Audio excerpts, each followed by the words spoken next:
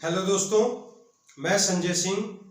आज से हमारा यूपी टेट का प्रिपरेशन चलेगा और आप लोगों को पता है कि यूपी टेट की वैकेंसियां आने वाली है और आप ये जान लें कि ये जो एग्ज़ाम होगा 6 से 7 मंथ के अंदर ये आपका एग्ज़ाम होने जा रहा है मित्रों। तो सबसे पहले हमें यह देखना होगा कि यूपी टेट को पास कैसे किया जाए। कम समय में ज़्यादा मेहनत करके कैसे यूपी टेट को हम लोग क्रैक कर सकते हैं, कैसे उसे हम लोग निकाल सकते हैं। तो सबसे पहले यूपी टेट के सिलेबस को देखना बहुत ज़रूरी होगा और जब हम लोग उस सिलेबस को देखेंगे फिर उसी के समानांतर हम लोग एक संक्षिप्त अपना एक सिलेबस भी बना लेंगे, है ना, और दोनों को साथ लेकर चलेंगे। एक विस्तृत रूप से भी हमारी पढ़ाई हो जाएगी और जब एग्जाम का समय आएगा तो वहां पर उसी सिलेबस के माध्यम से जो हमारा नोट्स तैयार किया हुआ रहेगा वो संक्षिप्त नोट्स होगा, फिर उसको रिवीजन में भी हमारा काम आ जाएगा। तो सबसे पहले सिलेबस के हर एक बिंदु को देख लेना जरूरी है कि एग्जाम को सफल करने के लिए, एग्जाम को पास करने के लिए सिलेबस को याद रखना, सिलेबस में कौन कौन से महत्वपूर्ण बिंदु हैं, कौन कौन से महत्वपूर्ण टॉपिक हैं, उनको देख लेना बहुत जरूरी होता है।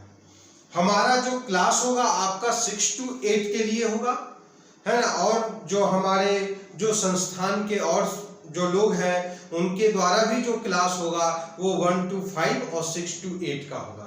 तो हमारा पूरा का पूरा टीम है, ये 6 to 8 और 1 to 5 का क्लास आपको देने जा रही है यूपी टेट के लिए। क्लास के साथ साथ ये हमारा कमिटमेंट होगा आपको निकलवा के देना।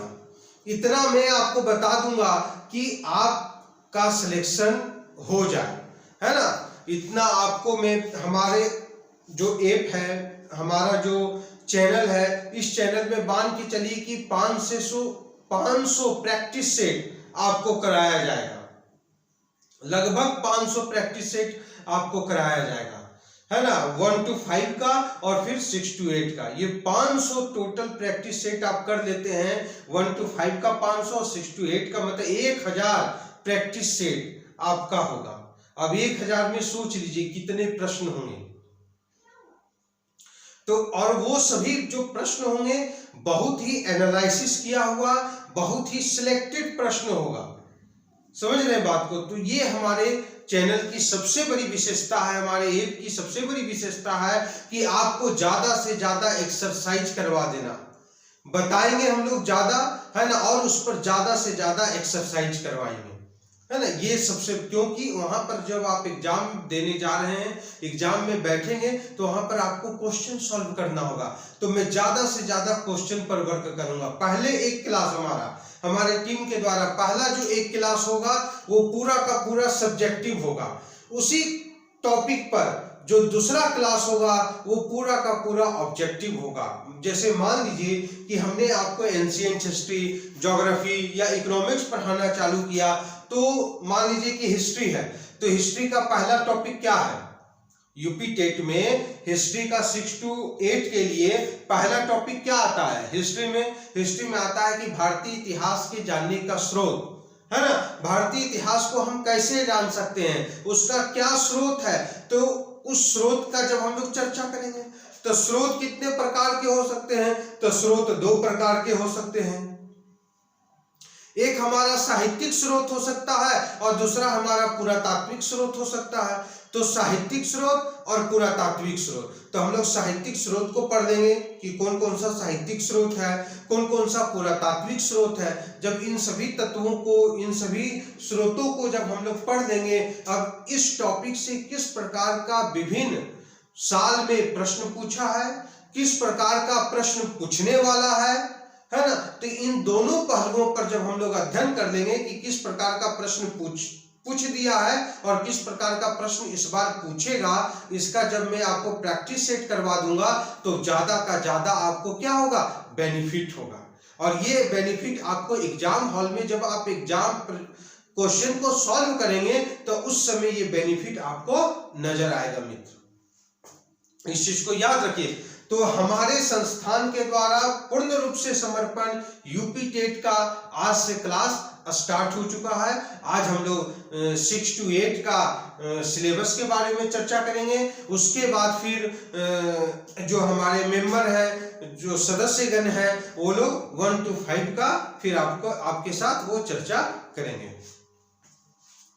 तो आइए 6 to 8 का जो सिलेबस है, एसएसटी का जो सिलेबस है, उसको हम लोग देखते हैं। क्योंकि जो मैं आपको क्लास लेने जा रहा हूं वो 6 to 8 का सामाजिक अध्ययन का मैं क्लास लूंगा। हमारे बहुत सारे टीम बने हुए हैं, वो विभिन्न सब्जेक्ट का, यहाँ पर हर एक सब्जेक्ट के अलग अलग आपके टीचर होंगे, वो क्लास लेंगे। जैसे बाल विकास का अलग टीचर होगा, सामाजिक अध्ययन के अलग टीचर होंगे, पर्यावरण के अलग टीचर होंगे, मैथ का अलग टीचर होगा, आपका साइंस का जो सेक्शन है उसके एक अलग टीचर होंगे। तो हर सब्जेक्ट का अपना एक अलग अलग, जो जितने भी खंड है वो सभी खंड के अलग अलग आपके टीचर यहाँ पर उपलब्ध है। और सभी के सभी लोग पूर्ण रूप से यूपी टेट के प्रति इस बार समर्पण है कि नहीं। इस बार हर हालत में, जिस बार इससे पहले हमारा रिजल्ट हुआ यूपी टेट में, तो इस बार भी यूपी टेट में रिजल्ट को लाना है, रिजल्ट को दिखाना है। आइए, तो जो भी आपको समस्याएं हो, जो भी यूपी टेट के बारे में जो भी जानकारी लेना हो, जो भी इंक्वायरी चाहिए यूपी टेट के बारे में, तो आप इस नंबर पर कॉल कर सकते हैं और आप क्या जानकारी आप ग्रहण कर सकते हैं, जानकारी आप ले सकते हैं। तो सबसे पहले आप लोग क्या करेंगे, जैसे ही यूपी टेट का फॉर्म फिलअप होना चालू हो जाएगा, इधर तो आने वाला था, आया नहीं, किसी कारणवश कोई प्रशासनिक अड़चने आ गई होंगी या उत्पन्न हो गई होंगी, इस कारण से नहीं आ पाया, है ना। लेकिन जो आएगा, जब आएगा वो, है ना, तो उसका जो जैसे ही नोटिफिकेशन आएगा तो पूरा का पूरा सिलेबस जो है आपके नोटिफिकेशन में दिया हुआ रहता है, 1 to 5 का भी और 6 to 8 का भी। तो वहां से जैसे ही फॉर्म फिलअप करने जाएंगे, नोटिफिकेशन आ गया, फॉर्म फिलअप हो रहा है, तो साथ में सिलेबस को भी वहां से आप लोग प्रिंट एक निकाल लेंगे सिलेबस का। 1 to, अगर आप लोग 1 to 5 का दे रहे हैं तो 1 to 5 का निकाल लेंगे, या जो लोग 6 to 8 का दे रहे हैं वो 6 to 8 का निकाल लेंगे। जो दोनों देना चाह रहे हैं वो दोनों उसका निकाल लेंगे सिलेबस को, और सिलेबस को अपने टेबल पर चिपका देंगे। और उसी सिलेबस के अनुसार क्या होगा, हमारा पूरा का पूरा क्लास आपका होगा, और एकदम सही समय पर सही रणनीति के साथ आपका ये क्लास कंप्लीट होगा, है ना। इसमें आपको उतना ही बताया जाएगा जितना आपको एग्जाम में पूछेगा। बस उतना पढ़ लीजिए, उतना को रट लीजिए, उतना याद कर लीजिए, उतना लिख लीजिए, है ना। उससे ज्यादा फिर वो नहीं पूछने वाला है, और उतना ही मैं आपको बताऊंगा, ठीक है। हमारे टीम के सभी गण लोग उतना ही आप पर चर्चा करेंगे जितना कि आपको पास करवा दिया जाए, है ना। यहाँ पर विद्वान बनने की आवश्यकता नहीं, हिस्ट्री, ज्योग्राफी, साइंस, बाल विकास, ये सभी में विद्वान बनने की आवश्यकता नहीं है। इन सभी में क्या है कि आपको एवरेज आना है, और जो स्टूडेंट एवरेज होता है, जिसका हर खंड में एवरेज नंबर आ जाता है, उसका वो सिलेक्शन हो जाता है। आप किसी खंड में बहुत अच्छा नंबर ले आए, किसी खंड को आप छोड़ दिए, तो फिर आप क्या होंगे, एग्जाम से बाहर हो जाएंगे। तो आपको चाहिए कि हर खंड का, है ना, बाल विकास का हो, मैथ का हो, साइंस का हो, हिंदी का हो, इंग्लिश का, ये सब तो कॉमन है। साइंस, इंग्लिश हो गया, हिंदी हो गया, बाल विकास, ये 1 to 5 के लिए भी पढ़ना है, 6 to 8 के लिए भी पढ़ना है। तो इतना तो आपको कॉमन है, इतना में आपको एवरेज आना चाहिए। और जो अगर मान लीजिए जो 1 to 5 का है, तो उनके लिए तो साइंस मैथ है, तो उसमें वो अच्छा परफॉर्मेंस करेंगे। और जो 6 to 8 है, उनके लिए सामाजिक अध्ययन है, वो सामाजिक अध्ययन में अच्छा परफॉर्मेंस कर देंगे। समझ गए इन बात को। 150 क्वेश्चन का ये सवाल होगा आपको, और यूपी से भी संबंधित कुछ प्रश्न पूछा जाएगा, है ना। तो यूपी का भी हम लोग क्लास ले लेंगे, है ना। यूपी के क्लास के माध्यम से यूपी का जो भी प्रश्न होगा वो वहां पर सॉल्व हो जाएगा हमारा। तो बहुत अच्छा और एक सुंदर तरीका से, एक विस्तृत रूप से, विस्तृत और संक्षिप्त दोनों चीज का मैं चर्चा कर रहा हूं। विस्तृत भी क्लास होगी और संक्षिप्त भी क्लास होगी। जब समय कम रहा, एडमिट कार्ड आ गया है, एडमिट कार्ड के 15 दिन पहले एडमिट कार्ड हमारे पास पहुंच चुका है, तो उस समय हर सब्जेक्ट का एक संक्षिप्त क्लास आपको दिया जाएगा, है ना। ज्यादा से ज्यादा प्रैक्टिस सेट वहां पर करवाया जाएगा आपको, तो जिससे क्या होगा कि आप उसको क्रैक कर पाएंगे, है ना। दोनों एक क्रैश कोर्स टाइप से भी क्लास होगा, और एक फंडामेंटल क्लास भी होगा, दोनों क्लास होगा। तो शुरू में हम लोग क्या करेंगे, फंडामेंटल पर फोकस करेंगे। फंडामेंटल को हम लोग चाहेंगे कि फंडामेंटल को 4 या 5 मंथ के अंदर एग्जाम होने से 1.5 मंथ के पहले हम लोग पूरा का पूरा फंडामेंटल को कंप्लीट कर दें। ठीक है, 1.5 मंथ जब एग्जाम में बचा हुआ रहेगा तो फिर 1.5 मंथ हम लोग क्या करेंगे, पूरा का पूरा क्रैश कोर्स टाइप से करेंगे। हर सब्जेक्ट को फिर से उठाएंगे, उसके मेन बिंदु को जल्दी जल्दी पढ़ेंगे, उसको जल्दी कंप्लीट करेंगे, उस पर क्वेश्चन देंगे, एक्सरसाइज करवाएंगे, तुरंत उसको सॉल्व कीजिएगा। फिर दूसरा टॉपिक, फिर उसको संक्षिप्त रूप में हम सब लोग समझेंगे और फिर मैं आपको क्वेश्चन दूंगा। आपको ऐसा नहीं लगेगा कि आप ऑफलाइन क्लास दे रहे हैं या ऑनलाइन, है ना। आपको लगेगा कि नहीं हम ऑफलाइन में बैठे हुए हैं, लेकिन आप बैठे हुए किस में, ऑनलाइन क्लास में। लेकिन आपको लगेगा कि नहीं हम लोग ऑफलाइन क्लास कर रहे हैं, एकदम टू द पॉइंट, है ना। आपसे और हमारा संपर्क होगा, हमारी और आपसे बातें होंगी। जहां आपको समझ में नहीं आ रहा है वहां पर आपका मैसेज देखेंगे कि नहीं इस बंदे को समझ में नहीं आया, तुरंत मैं उसको समझाने का प्रयास करूंगा, तुरंत उसको विस्तृत रूप से बताने का प्रयास करूंगा। समझ गए बात को। तो ये हमारा जो रणनीति बना हुआ है वो पूरा का पूरा आपको क्रैक करवाने का रणनीति है। ये नहीं कि हम आपको तैयार कर दें, मैं आपको तैयार नहीं करवा रहा, मैं आपको पास करवा रहा हूं। इस चीज पर ज्यादा से ज्यादा फोकस करेंगे हम लोग, ठीक है। तो सबसे पहले हम लोग 1 to 5 का सिलेबस देख लेते हैं, 6 to 8 का हम लोग सिलेबस देख लेते हैं कि 6 to 8 में सामाजिक अध्ययन में हम लोगों को क्या क्या पढ़ना। देखिए मैंने आपको बताया कि 3 चीज कॉमन है, 3 चीज हर विद्यार्थी को पढ़ना है, 1 to 5 को भी 6 to 8 को भी, बाल विकास, हिंदी और इंग्लिश। क्लियर है। तो बाल विकास, हिंदी और इंग्लिश ये तीनों को पढ़ना है और तीनों के लिए अलग बाल विकास होता है, अलग हिंदी होता है, अलग इंग्लिश होता है, ऐसा नहीं है ना। उसमें क्या होगा, जब बाल विकास का क्लास होगा वो सभी के लिए हो जाएगा, 1 to 5 के भी स्टूडेंट रहेंगे, 6 to 8 के भी। इंग्लिश की क्लास होगी 1 to 5 6 to 8, हिंदी की क्लास होगी 1 to 5 6 to 8, सभी के वहां पर उपस्थित रहेंगे। अब जो सामाजिक अध्ययन का क्लास है तो वो अलग हो जाएगा और फिर जो मैथ और साइंस का जो क्लास होगा वो हमारा अलग हो जाएगा। लेकिन ये तीनों का हमारा कॉमन क्लास आपका चलेगा 1 to 5 और 6 to 8 के लिए, ठीक है।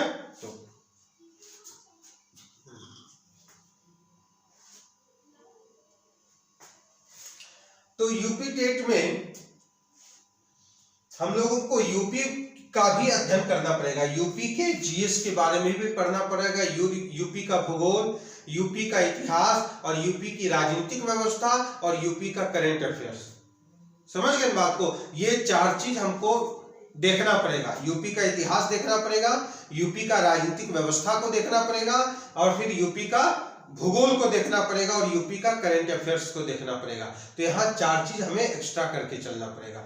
जिस तरह से हम लोग बिहार टेट वाला वर्क किए हुए थे, है ना, तो उसी तरह से हम लोगों को यहाँ पर यूपी टेट के बारे में भी वर्क करना है, उस पर भी हम लोगों को फोकस करना है। और यूपी में यूपी से संबंधित प्रश्नों को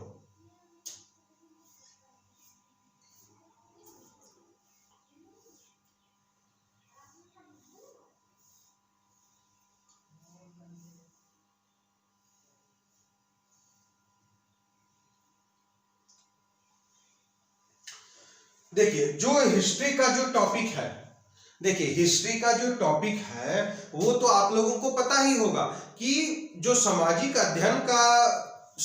अध्ययन में हिस्ट्री का जो टॉपिक है उसमें क्या क्या पूछता है। तो जो 6 क्लास का जो बुक है, 7 क्लास का बुक है और 8 क्लास का बुक है, 6, 7, 8, ये 6, 7, 8 में जितना टॉपिक आपको दिया हुआ है, 6, 7, 8 में कितना टॉपिक दिया हुआ है ना। 6, 7, 8 में आप देखेंगे जो भी टॉपिक हो उसी टॉपिक से पूरा का पूरा आपका हिस्ट्री है, सेम टॉपिक से। जैसे मान लीजिए कि हमारा जो 6 क्लास का जो पहला टॉपिक है उसमें हिस्ट्री में पूछा है कब, कहां और कैसे। समझिएगा बात को, कब, कहां और कैसे।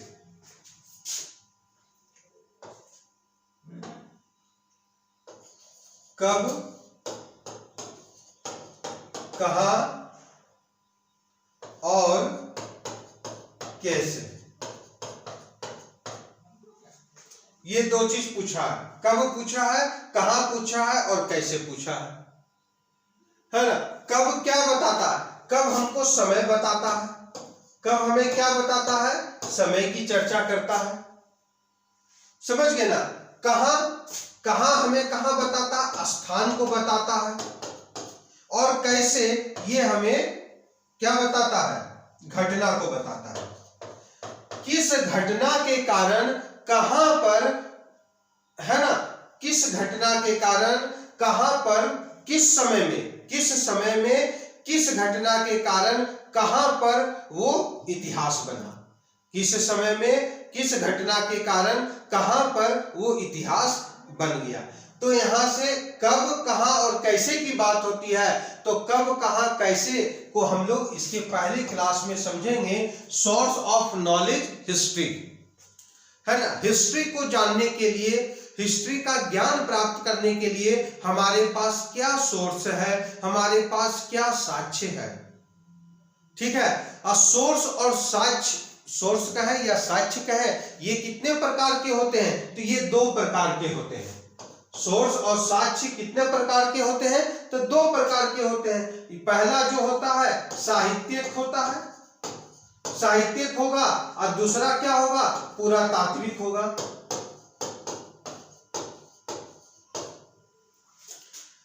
समझ रहे हैं बात को। तो इतिहास को जानने के लिए हमें दो चीजों पर निर्भर रहना पड़ेगा, पहला पुरातात्विक पर और दूसरा हमें साहित्यिक पर। पुरातात्विक में क्या आएगा, जैसे मान लीजिए कि पुरातात्विक में आता है मृदभांड, ये पुरातात्विक के अंतर्गत आएंगे। सिक्का पुरातात्विक सोर्स, आर्कियोलॉजिकल सोर्स के अंतर्गत आता है। विभिन्न प्रकार के जो औजार होते हैं मानव के हड्डियों से और जानवरों के हड्डियों से बना हुआ विभिन्न प्रकार के जो औजार आते हैं, ये सब किसके अंतर्गत आता है, ये सभी पुरातात्विक सोर्सों के अंतर्गत आता है। समझ गए। मनुष्यों के द्वारा जो लिखी गई पुस्तकें हैं, ये हमारा साहित्यिक सोर्स के अंतर्गत आता है। तो इतिहास को जानने के लिए हमें इन दोनों स्रोतों पर क्या रहना पड़ेगा, इन दोनों स्रोतों पर हमें निर्भर रहना पड़ेगा, साहित्यिक स्रोतों पर और पुरातात्विक स्रोतों पर। अब पुरातात्विक स्रोत में मैंने आपको बताया कि जैसे मान लीजिए हड्डी है, ठीक है, या कोई मृदभांड है, पोट्री है, क्ले पोएट्री है, मृदभांड है, हमें कहीं से प्राप्त हुआ, जहां से प्राप्त हुआ तो वो क्या दर्शा देगा, वो स्थान को दर्शाएगा, कहां से प्राप्त हुआ। कोई मिट्टी का बना हुआ खिलौना, अगर हम देखते हैं कि कोई खिलौना है और वो कहां से प्राप्त हुआ है, तो कहां, स्थान को दर्शा रहा है ना। जब उस मिट्टी के खिलौना पर समय की जब हम बात करेंगे तो हमारा कब, ये खिलौना कब का बना है, कब की बात हो गई, है ना। ये खिलौना कब का बना है, ये खिलौना कहां पाया गया है, और ये खिलौना कैसे बना है ना। मिट्टी को पकाकर बना है या मिट्टी को कच्चा मिट्टी का बना हुआ है ना। खिलौना क्या है, किस प्रकार का खिलौना है, कांसा का खिलौना है या फिर पत्थर का खिलौना है। कांसा का खिलौना है तो कांस्ययुगीन सभ्यता को दर्शा रहा होगा, पत्थर का खिलौना है तो ताम्रपाषाण काल को दर्शा रहा होगा। मिट्टी या पत्थर, तांबा का खिलौना है तो ताम्रपाषाण काल को, पत्थर का खिलौना है तो पाषाण काल को दर्शा रहा होगा। पूरा पाषाण काल, मध्य पाषाण काल, नव पाषाण काल। तो पूरा पाषाण और मध्य पाषाण काल में तो कोई खिलौना नजर ही नहीं आया, हो सकता है नव पाषाण काल में दिखाई दे दे हमें, है ना, क्योंकि चित्रित मृदभांड का प्रयोग वहां पर होने लगा था। ये मृदभांड, चित्रित नहीं कर सकते उसको, मृदभांड का कुछ प्रयोग हमको नव पाषाण काल में देखने को मिलता है, और ताम्रपाषाण काल में पूरा का पूरा मृदभांड हमको देखने को मिलता है ताम्रपाषाण काल में। तो इससे हमें ये पता चल जाता है कि खिलौना से हमने देखा कि कहां, कैसे और कब का टाइम का पता चल गया, स्थान का पता चल गया, और फिर घटना का पता चल गया, किस घटना से ऐसा खिलौना बना होगा। समझ। तो वही चीज यहाँ पर पहला आपको बोल रहा है, सोर्स ऑफ नॉलेज, है ना, source of knowledge history. History का नॉलेज के लिए क्या सोर्स होना चाहिए, क्या साक्ष्य होना चाहिए। तो उसके लिए आपको याद रखना पड़ेगा कि दो साक्ष्य होना चाहिए, दो सोर्सेस होना चाहिए। पहला पुरातात्विक स्रोत होना चाहिए और दूसरा क्या होनी चाहिए, साहित्यिक स्रोत होनी चाहिए। ये दो होना बहुत जरूरी है। क्लियर है यहां तक? तो इसी तरह से फिर हमारा स्टोन एज आता है, ब्रोंज एज आता है और वैदिक एज आता है। इसमें 2-3 एज आ गया। तो देखिए स्टोन और ब्रोंज और वैदिक 3 काल हमारा आ जा रहा है यहां से, है ना। और हम लोग जो एनसीईआरटी बुक दिया हुआ है उसमें क्या दिया, उसमें दिया हुआ आरंभिक नगर या आरंभिक शहर, इस तरह का बात करता है। तो आरंभिक शहर की जब बात करेंगे तो आरंभिक शहर से पहले हमको प्रागैतिहासिक काल के बारे में चर्चा करना पड़ेगा, और प्रागैतिहासिक काल के अंतर्गत ही हम लोग स्टोन एज को रखते हैं। ये जो स्टोन एज दिया हुआ है ये प्रागैतिहासिक काल के अंतर्गत ही हम लोग रखेंगे स्टोन एज को। उसके बाद ब्रोंज एज है, कांस्य युगीन, जिसको हम लोग आरंभिक नगर भी कह सकते हैं। आपके बुक में आरंभिक नगर दिया हुआ है, यूपी टेट के सिलेबस में ब्रोंज एज दिया हुआ है ना। तो सिलेबस सब लगभग सेम है लेकिन कुछ नाम में चेंज है ना। आप एनसीईआरटी बुक में पढ़ेंगे तो जैसे ही दूसरा चैप्टर निकालेंगे आरंभिक नगर, और आरंभिक नगर के जैसे ही अध्ययन करेंगे तो कहीं कहीं लिखा होगा सिंधु घाटी सभ्यता, मोहनजोदड़ो, हड़प्पा, लोथल, है ना, ये सब का वहां पर चर्चा होगा, है ना। तो ये सब का चर्चा है तो वो ब्रोंज एज के अंतर्गत है, क्योंकि आरंभिक नगर जो था वो कांस्य युगीन सभ्यता के अंतर्गत माना जाता है। फिर वैदिक कल्चर है ना। वैदिक कल्चर में ऋग वैदिक काल, उत्तर वैदिक काल, ये सब का हमें चर्चा है। समझ गए ना बात को? तो कहीं नाम में चेंज है लेकिन टॉपिक क्या है, दोनों का हमारा समान है। यूपी टेट का कहें, सी टेट का कहें या अन्य टेट का कहें, टॉपिक जो है वो लगभग समान होता है, कुछ परिवर्तन होते हैं। जैसे अगर झारखंड टेट पूछ रहा है तो उसमें झारखंड से संबंधित प्रश्न होगा, बिहार यूपी का टेट पूछ रहा है तो इसमें यूपी से संबंधित कम से कम 10 से 20 क्या होंगे, प्रश्न होंगे। तो इस प्रकार पूरा का पूरा हमारा हिस्ट्री का सिलेबस है जिसमें आपको अर्ली स्टेट ऑफ इंडिया आता है ना। India before the 6th century, 6ठी शताब्दी में इंडिया का क्या स्थिति रहा, प्रारंभिक इंडिया का क्या इतिहास है, अर्ली स्टेट कौन कौन से है, अर्ली स्टेट में कौन आ जाएगा, महाजनपद आ जाएगा। अर्ली स्टेट में क्या आएगा, महाजनपद आएगा। महाजनपद में भी सबसे ज्यादा इंपॉर्टेंट क्या है, तो सबसे ज्यादा मगध है, जो आपको नीचे पढ़ना है। मौर्य साम्राज्य में मगध के बारे में पढ़ना है। यहाँ तो दिया हुआ मौर्य साम्राज्य की स्थापना, है ना। अर्ली स्टेट के अंतर्गत 16 महाजनपदों को हम लोगों को पढ़ना है ना। बिफोर 6th सेंचुरी, तो बिफोर 6th सेंचुरी से पहले का इतिहास, तो 6th सेंचुरी से पहले का जो इतिहास है उसके बारे में हम लोगों को देखना है। जैन धर्म है, बौद्ध धर्म है, ये सब का भी यहाँ पर चर्चा हमारा हो जाएगा। फिर आता है मौर्य, मौर्य के बाद मौर्यन इंडिया, गुप्ता एज, राजपूतों के काल को पढ़ना है, राजपूतों के बारे में हम लोगों को पढ़ना है। राजस्थान के क्षेत्र, मारवाड़ के क्षेत्र, ये आपका जयपुर, जोधपुर, जैसलमेर, ये सब के क्षेत्रों में जो राजपूतों का रहा स्थिति उसके बारे में, राजपूत इतिहास के बारे में पढ़ना है ना। फिर आता है दक्षिण का इतिहास, जो सबसे ज्यादा इंपॉर्टेंट है, दक्षिण का इतिहास, है ना। आपका दक्षिण के इतिहास का जो सबसे ज्यादा इंपॉर्टेंट है वो चेल है, चोर है, चोल है, पांड्य वंश है, चेर वंश है, चेर, चोल, पांड्य, इसके दक्षिण के बारे में पढ़ लेना। विजयनगर साम्राज्य के बारे में हम लोग कुछ पढ़ लेंगे, वो तो मेडिएवल में चला जाएगा, हमारा विजयनगर साम्राज्य आ जाएगा। इस्लाम अराइव्ड इन इंडिया, इस्लाम का भारत में इस्लाम कब पहुंचा है, तो इस्लाम के बारे में भी हम लोग देख लेंगे।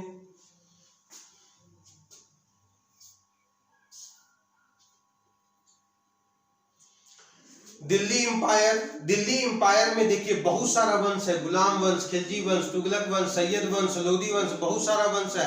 लेकिन इसमें 2-3 गो वंश हम लोग सिर्फ पढ़ लेंगे। एक क्या पढ़ेंगे, एक तुगलक वंश पढ़ेंगे, गुलाम वंश पढ़ेंगे, खिलजी वंश पढ़ेंगे, ये 3 वंश। सैयद वंश, लोधी वंश अगर छोड़कर भी चलते हैं तो कोई दिक्कत नहीं। तो ऐसे तो हमें कोई भी टॉपिक को छोड़ना नहीं है। पहली बात, हर एक टॉपिक को कंप्लीट करना है और सही तरीका से, अच्छी तरीका से उसको कंप्लीट करके चलना है। इस चीज को आप लोग याद रखेंगे, है ना। तो दिल्ली इंपायर दिल्ली एम्पायर के बाद मुगल एम्पायर, है ना, तो मुगल एम्पायर को भी हम लोग देखते हुए चले जाएंगे। पूरा का पूरा भारत में यूरोपीय कंपनियों का आगमन, प्लासी का युद्ध, बक्सर का युद्ध, यहाँ पर हमारा चर्चा होगा, है ना। बक्सर के युद्ध के बाद ईस्ट इंडिया कंपनी की जो स्थापना जो हुई बहुत जबरदस्त हुआ। ईस्ट इंडिया कंपनी पहले ही आ चुका था भारत में, है ना, लेकिन पूरा का पूरा ब्रिटिश शासन करने लगा। ईस्ट इंडिया कंपनी चला गया और ब्रिटिश शासन का धीरे धीरे वर्चस्व बढ़ने लगा। वो 1857 के विद्रोह के बाद, है ना, 1857 से पहले पूरा का पूरा ईस्ट इंडिया कंपनी थी, है ना। और बक्सर के युद्ध के बाद ईस्ट इंडिया कंपनी का चरमोत्कर्ष और बढ़ गया, है ना। बक्सर के युद्ध के पहले तो ईस्ट इंडिया कंपनी सिर्फ व्यापार करने पर अपना फोकस कर रही थी, लेकिन जैसे ही बक्सर के युद्ध में ईस्ट इंडिया कंपनी का विजय हुआ, ईस्ट इंडिया कंपनी जीत गई, बोली कि अब व्यापार बाद में, शासन पहले, है ना। तो वो शासन करने पर अब ज्यादा से ज्यादा वो ध्यान देने लगी और ज्यादा से ज्यादा यहाँ पर अपनी ब्रिटिश सेना को यहाँ पर लाने लगे, है ना। सेना का भारतीयों का भी सेना में भर्ती होना तेज हो गया। तो ये सभी चीज को हम लोगों को एक क्रोनोलॉजी के माध्यम से, एक क्रमबद्ध तरीके से हम लोगों को पढ़ना है। पहले पूरा का पूरा कंसेप्ट हम लोग पढ़ लेंगे, उसके बाद फिर 1.5 से 2 मंथ जो है पूरा का पूरा संक्षिप्त इतिहास को, जैसे मान लीजिए अभी हमको इतिहास, एंशिएंट इतिहास को खत्म करने में पूरा इतिहास अगर हम खत्म करते हैं तो पूरा इतिहास खत्म करने में कम से कम हमको 2 मंथ लगेंगे, पूरा इतिहास को अच्छी तरह से बताने में, है ना। लेकिन क्या है कि जब एग्जाम का समय आएगा और एग्जाम में बहुत कम समय बचा हुआ रहेगा, 1.5 मंथ रहेगा, तो उसमें पूरा का पूरा इतिहास जो है उसको 2 दिन में हमको कंप्लीट करेंगे, समझ गए। तो वो क्रोनोलॉजी के माध्यम से, क्योंकि एक बार पूरा विस्तृत रूप से और दूसरी बार पूरा संक्षिप्त रूप से हम लोग पढ़ लेंगे, जिससे कि दिमाग में हर एक बिंदु जो है वो फिट हो जाएगा, वो आपका बैठ जाएगा, है ना। इस चीज को आप याद रखिए, है ना, फिर उससे बाहर नहीं निकलेगा। अगर क्लास में आप लोग रहेंगे, उपस्थित रहेंगे तब, है ना। इसी तरह से पूरा इंडिपेंडेंट है, expansion of the company state in India, Bharat में जो कंपनियां थी वो अपना विस्तार कैसे की, वो अपने आप को फैलाई कैसे, इसके बारे में हम लोगों को पूरा पढ़ना है। इंडिपेंडेंस मूवमेंट ऑफ अचीविंग, है ना, इंडिपेंडेंस जो मूवमेंट है उसको हमने कैसे प्राप्त किया, अचीव कैसे किया। इंडियन पार्टीशन, भारत का जो विभाजन हुआ उस पर हम लोग चर्चा करेंगे, है ना। भारत जब स्वतंत्र होता है, challenge of the independent state, स्वतंत्र भारत में फिर क्या क्या हमारा चैलेंज आया, क्या क्या चुनौतियां आई, उस पर भी हम लोग चर्चा करेंगे। बहुत अच्छा सिलेबस है ना। हम सीटेट से इस सिलेबस को बहुत अच्छा मानते हैं, क्योंकि इसमें बहुत सारा चीज आपको दिया हुआ है।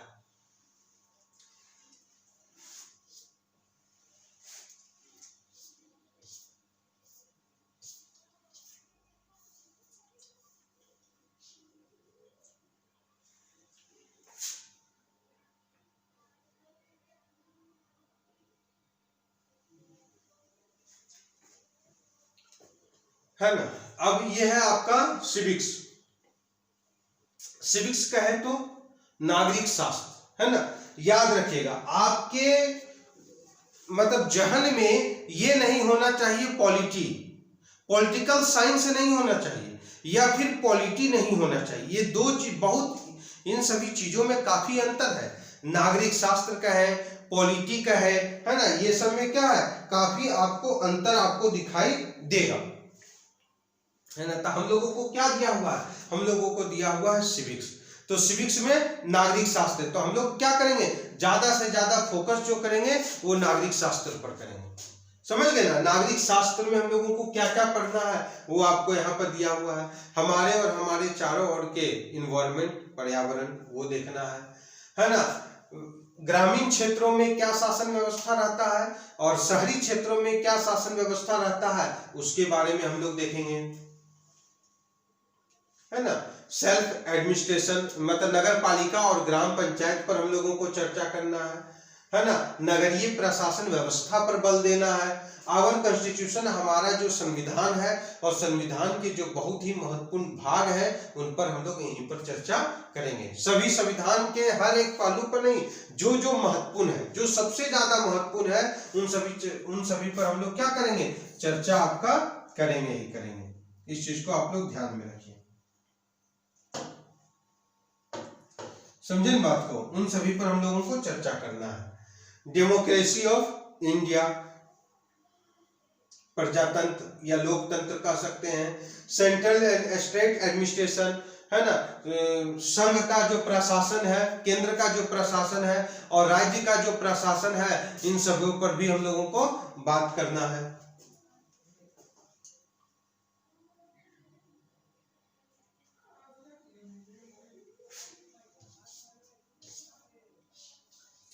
Global continuity of India, civil defence, है ना, और डिसेबिलिटी, है ना, ये मतलब सभी चीज, हर एक चीज पर, हर एक पहलू पर, पॉलिटी के हर एक पहलू पर हम लोगों को विस्तार पूर्वक चर्चा करना पड़ेगा। उसका विस्तार पूर्वक आपको क्लास देंगे हम लोग, और दोनों चीज मैंने बात किया, विस्तार पूर्वक भी बात किया और संक्षिप्त भी बात किया, दोनों क्लास हमारा उपलब्ध होगा।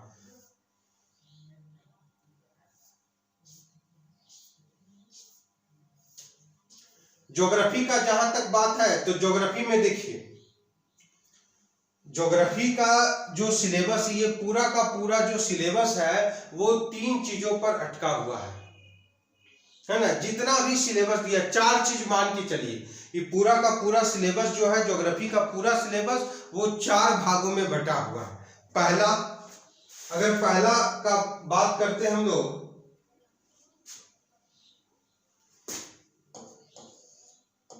स्थल मंडल, पहला स्थल मंडल है हमारा। दूसरा जल मंडल, तीसरा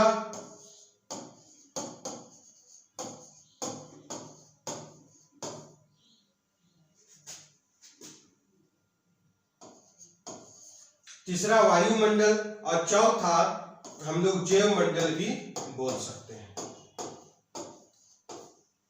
है ना। ये पूरा चीज, है ना, ये पूरा का पूरा आपका इसी पर है, पूरा सिलेबस का हर एक चीज को देखेंगे तो यहाँ पर मिल जाएगा। फिर इसी तरह से हम लोग भारत में भी, इसको भारत में भी इंक्लूड कर देंगे, है ना। वायुमंडल को छोड़कर स्थल मंडल में भारत भी हमारा इंक्लूड हो जाएगा, समझ गए ना बात को। तो देखिए, earth of solar system, earth of solar system जो है ये भौतिक भूगोल के अंतर्गत आता है। पृथ्वी की उत्पत्ति, है ना, हमारा सौर मंडल, है ना, ये सभी के सभी भौतिक भूगोल के अंतर्गत आते हैं। Global determination of the places earth and earth movement, है ना, मतलब पृथ्वी की घूर्णन गति, है ना, ये सब के बारे में हम लोगों को चर्चा करना है। मैप के बारे में चर्चा करना है ना, जिसमें क्या है, लिथोस्फीयर है ना, स्ट्रक्चर ऑफ अर्थ है, मेन लेयर ऑफ अर्थ है, जिसमें आप देख सकते हैं सियाल है, सीमा है, निफे है, भूपटपट्टी है, भूपटल है, क्रोड है, ये सब का हम लोग यहाँ पर चर्चा करेंगे। स्थल मंडल, लिथोस्फीयर, स्थल मंडल का हम लोग चर्चा करेंगे। India in world, physical natural of India, soil, vegetation, है ना। कहने का मतलब ये हुआ कि विश्व में भारत की क्या स्थिति है फिजिकल के सेंस में।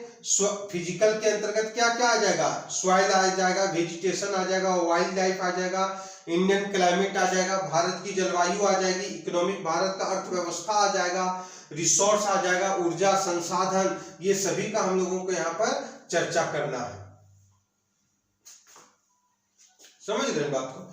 तो यहाँ पर हर एक पहलू को आपको देखना पड़ेगा, इंडिया के परिप्रेक्ष्य में भी और विश्व के भी परिप्रेक्ष्य में हमें यहाँ पर देखना पड़ेगा, है ना। मतलब 6, 7, 8 क्लास का जितना भी एनसीईआरटी बुक दिया हुआ है उन सभी बुकों को हम लोगों को पढ़ लेना है। मैंने तो आपको बोला पढ़ लेना है, तो आपको लग रहा होगा बहुत आसान है, पढ़ लेंगे। बाबू, एनसीईआरटी बुक को पढ़ना बहुत कठिन है ना। आपको आप जिस लेवल में हैं और फिर आपको नीचे वाला बुक पढ़ना है तो उसमें हर एक पॉइंट में आपको क्वेश्चन निकालना पड़ेगा, हर एक पॉइंट में आपको प्रश्न निकालना पड़ेगा, तभी वो किताब कंप्लीट होगा। ऐसे नहीं कि हमने रीडिंग डाल दिया, यहाँ पर ये फैक्ट है, यहाँ पर ये फैक्ट है, यहाँ पर ये फैक्ट है, अंडरलाइन किए, कंप्लीट हो गया। नहीं, उसके पीछे क्वेश्चन आंसर है, उसको भी देखना है और उसमें बहुत सारे प्रश्न भी पूछे हुए होते हैं, उसका भी आंसर हमें निकालना है ना। तो एनसीईआरटी बुक को पढ़ने का तरीका एक नया होना चाहिए। तो मैं एनसीईआरटी बुक को एक नया तरीका से मैपिंग के माध्यम से, मैप के माध्यम से पूरा का पूरा आपका एनसीईआरटी बुक को कंप्लीट करवाया जाएगा और हर एक सब्जेक्ट का कंप्लीट करवाया जाएगा। पॉलिटी में मैप बताएंगे, ग्राफ बताएंगे, ग्राफ के माध्यम से आपको पूरा का पूरा जो पॉलिटी है वो आपको बताएं, जिससे कि दिमाग से कोई भी बातें बाहर नहीं निकलेगी। जो दिमाग में एक बार चला गया वो वहां पर बंद हो गया, है ना, उससे बाहर निकलने देना ही नहीं है। इतना बता दिया जाएगा, इतना बोल दिया जाएगा, इतना लेक्चर बता दिया जाएगा जिससे कि बाहर निकल ही नहीं सकता, है ना। तो यहाँ पर तैयारी नहीं, यहाँ पर एकदम रटा कर, बता कर, समझा कर उसको एकदम हर हालत में यूपी टेट को निकाल ही लेना है, इतना आप लोग जान लीजिए।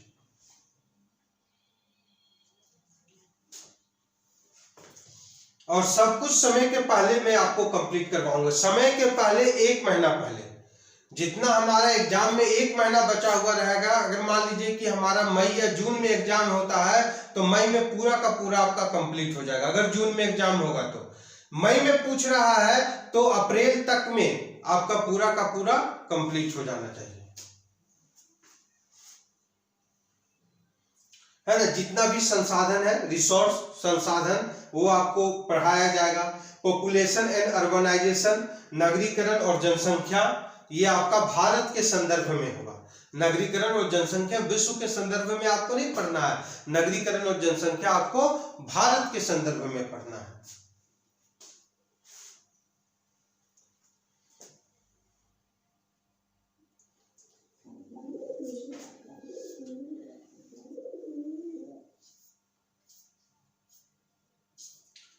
Surface of the earth, changing factors, internal and external factors. कहने का मतलब ये हुआ कि जो पृथ्वी का सरफेस है, पृथ्वी का जो धरातल है उसमें चेंज होता है। तो चेंज कैसे होगा?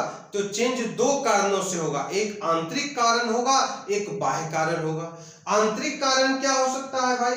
तो आंतरिक कारण जो है वो प्लेटों का आपस में खिसकना, ये आंतरिक कारण से होता है, और इसी से ज्वालामुखी आते हैं, इसी से भूकंप आते हैं। ये सब के कारण अर्थ का जो सरफेस है उसमें क्या होता है? परिवर्तन होता है। और आंतरिक कारण से ही डिपेंड करता है बाह्य कारण। जब आंतरिक गति होगी तो स्वाभाविक है कि उसका लक्षण कहाँ दिखेगा? बाहरी आवरण पर दिखेगा। जब धरातल के बाहरी आवरण पर आंतरिक हलचल का लक्षण दिखेगा तो ऊपर के क्षेत्रों में क्या होने लगेगा? परिवर्तन होने लगेगा। उसके बारे में हम लोग देखेंगे। बोलता है एक्सटर्नल फैक्टर। एक्सटर्नल फैक्टर क्या है? एक्सटर्नल फैक्टर में हवा आ जाता है, वायु, जिसको हम लोग कहते हैं वायु के द्वारा निर्मित स्थलाकृति। देखिएगा सीटेट का जब आप लोग एग्जाम देने जाते होंगे तो उसमें देखिए ज्योग्राफी में 1-2 प्रश्न वायु से हमेशा रहता है, समझ गए ना। नदी के द्वारा निर्मित स्थलाकृति, जल के द्वारा निर्मित स्थलाकृति, वायु के द्वारा निर्मित स्थलाकृति। आप देखिएगा 2017-18 का क्वेश्चन या 19 का क्वेश्चन देखेंगे, उसमें छत्रक के बारे में पूछा था। छत्रक सेल का निर्माण कैसे होता है? किसकी क्रिया के द्वारा होता है? जल क्रिया के द्वारा, वायु क्रिया के द्वारा, फिर चूना पत्थर क्रिया के द्वारा, है ना। ये सब प्रश्न पूछते हैं। तो जल के द्वारा, स्थल के द्वारा और फिर वायु के द्वारा जो निर्मित स्थलाकृतियां होगी उन लोग के बारे में हम लोग अध्ययन करेंगे। एटमॉस्फेयर और हाइड्रोस्फेयर 2 चीज के बारे में बताया गया। वायुमंडल के बारे में बताया गया और जलमंडल के बारे में बताया गया। तो वायुमंडल और जलमंडल का भी चर्चा करेंगे। वायुमंडल के अंतर्गत वायुमंडल की संरचना आ जाएगा, तापमान को प्रभावित करने वाले कारक आ जाएंगे, है कि नहीं। चक्रवात आ जाएगा हमारा, हवा आ जाएगा, है ना, बादल आ जाएंगे। ये सभी के सभी एटमॉस्फेयर वायुमंडल के अंतर्गत आते हैं, उसका अध्ययन हम लोग करेंगे। जलमंडल के अंतर्गत भी बहुत सारा टॉपिक आता है, जैसे ज्वार भाटा आ गया, ये जलमंडल का टॉपिक हो गया। जल धाराएं आ गया, ये जलमंडल का टॉपिक हो गया, है ना। समुद्र के स्थलाकृति के बारे में हम लोगों को अध्ययन करना है, जैसे महाद्वीपीय मग्न तट, महाद्वीपीय मग्न ढाल, ये सब के बारे में हम लोग चर्चा करेंगे। Mineral resource production and trade, उत्पादन, व्यापार, खनिज और संसाधन। खनिज और संसाधन का उत्पादन कैसे होता है, व्यापार कैसे हो रहा, कहाँ कहाँ व्यापार हो रहा, कहाँ कहाँ कौन सा खनिज हमको मिलता है, उसका स्थान कितना है भारत के संदर्भ में, विश्व के संदर्भ में, ये सभी चीज को यहाँ पर देखना पड़ेगा हम लोगों को। डिजास्टर मैनेजमेंट, आपदा प्रबंधन, हमें आपदा प्रबंधन, भूकंप एक आपदा प्रबंधन है। बाढ़ आ गया, जैसे भूकंप आता है तो भूकंप से बचने के लिए हमें कुछ प्रबंधन करना पड़ेगा, कुछ मैनेजमेंट का काम करना पड़ेगा। तो भूकंप को देखकर डिजास्टर मैनेजमेंट, है ना। वर्षा बहुत ज्यादा हो गई या आग कहीं लग गया तो वहां पर डिजास्टर मैनेजमेंट, आपदा प्रबंधन का वो सब वर्क हमें करना पड़ेगा। क्या क्या करना चाहिए आपदा प्रबंधन के संदर्भ में हमें, ये भी प्रश्न पूछते हैं। ये सभी के सभी प्रश्न आपको पूछेंगे ही पूछेंगे। मतलब हर एक टॉपिक को हम लोगों को विस्तार पूर्वक, गहराई पूर्वक देख लेना है। अब फिर उसमें उसका गहराई पूर्वक देख लेना और उसका संक्षिप्त रूप देख लेना, दोनों पहलू, हम लोग दोनों पहलू को लेकर आगे बढ़ेंगे, याद रखिएगा। और एग्जाम यही सफल करवाता है, कोई भी एग्जाम हो, बड़ा से बड़ा एग्जाम हो, छोटा से छोटा एग्जाम हो, गहराई और कंसेप्ट ये दोनों आपका कमांड है, तभी आपको सफलता मिल पाएगी। इस चीज को आप जरूर ध्यान में रखें।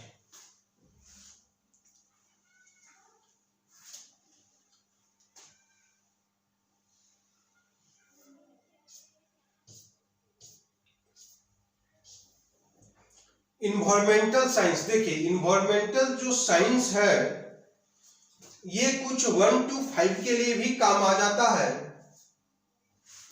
और 6 to 8 में भी ये आपको काम आ जाएगा। जैसे अवार्ड इन फील्ड्स, है ना, ऑफ इन्वायरमेंट, इन्वायरमेंट के क्षेत्र में क्या क्या अवार्ड मिला है। इन्वायरमेंट डे, पर्यावरण दिवस कब मनाया जाता है, उसके पीछे क्या कारण है, पर्यावरण दिवस मनाने के पीछे क्या कारण है।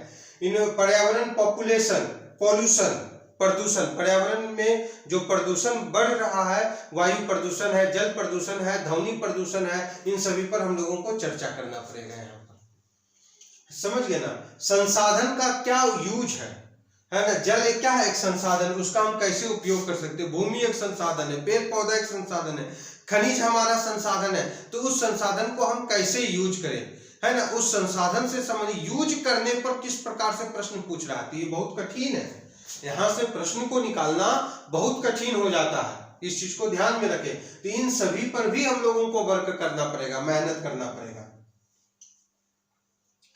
है ना।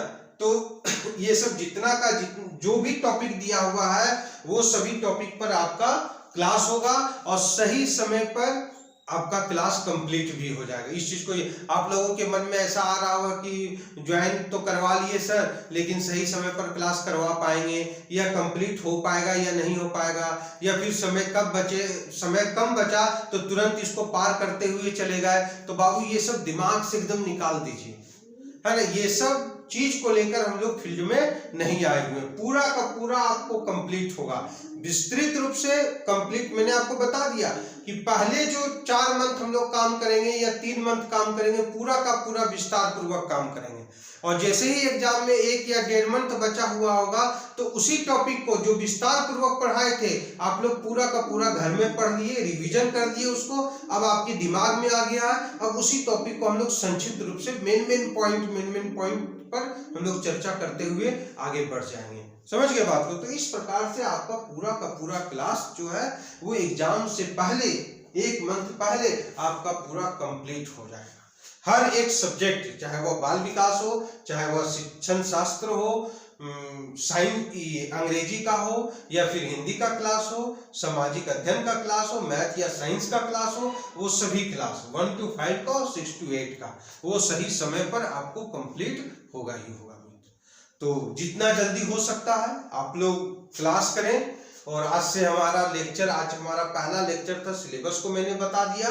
6 to 8 का जो सिलेबस था उस पर हम लोग चर्चा कर दिए। आप लोग भी क्या कीजिएगा, सिलेबस को निकाल लीजिएगा, या पहले जो लोग सीटेट यूपी टेट का एग्जाम दिए होंगे वो सिलेबस अपना पहले वाला ले आएंगे, या फिर सीटेट का भी आप लोग एग्जाम 31 जनवरी को सीटेट का एग्जाम होने जा रहा है, वो भी सिलेबस आपके पास होगा ही होगा 6 to 8 का, तो वो भी सिलेबस अपने पास रखिएगा। सेम सिलेबस है, खाली नाम में एक चेंज है और कुछ नहीं, सिलेबस सब कुछ सेम है, नाम में क्या है जरा चेंजिंग हो चुका है, जो मैंने आपको पहले बता दिया था। ठीक है, तो सबसे पहले क्या करना है, यूपी टेट में प्रीवियस ईयर का क्वेश्चन बैंक, पहला आपका काम है क्वेश्चन बैंक को खरीद लेना, और दूसरा काम है यूपी टेट का सिलेबस को अगर मार्केट में मिलता है तो मार्केट से खरीद लीजिए, या फिर उसको प्रिंट आउट कंप्यूटर में जाके उसका प्रिंट आउट निकलवा लीजिए। तो ये दो चीज आपको जरूर करना है। ठीक है, तो कल ये दोनों चीज मैं देखना चाहता हूँ आपके पास होना चाहिए, और कल से हमारा क्लास जो है सिलेबस में जो भी टॉपिक दिया हुआ है, हिस्ट्री से मैंने क्लास जो है या ज्योग्राफी जो भी रहेगा उससे हम पहला क्लास कल से हम स्टार्ट करने जा रहे हैं। आप लोगों से हमारा उम्मीद है कि आप लोग उपस्थित होंगे, आप लोग आएंगे। ठीक है, तो आज के लिए बस इतना ही रहने दीजिए। कल पुनः हम लोग 2 बजे इसी समय हम लोग मिलेंगे 2 बजे। कल तो रविवार है, सोमवार से हम लोगों का 2 बजे क्लास होगा, स्टार्ट हो जाएगा। ठीक है, टॉपिक वाइज आपका क्लास मेन टॉपिक का जो है सबसे पहले मैं आपको क्लास दूंगा, उस पर लेक्चर देंगे, उस पर फिर आपका क्वेश्चन, लेक्चर के बाद फिर उस पर क्या होगा, हमारा क्वेश्चन होगा कि कैसे किस एग्जाम में किस तरह का प्रश्न पूछा है इसी टॉपिक से। ठीक है, तो आज के लिए बस इतना ही रहने दीजिए। हम लोग सोमवार को 2 बजे पुनः मिलते हैं, है ना। तो जय हिंद, जय भारत।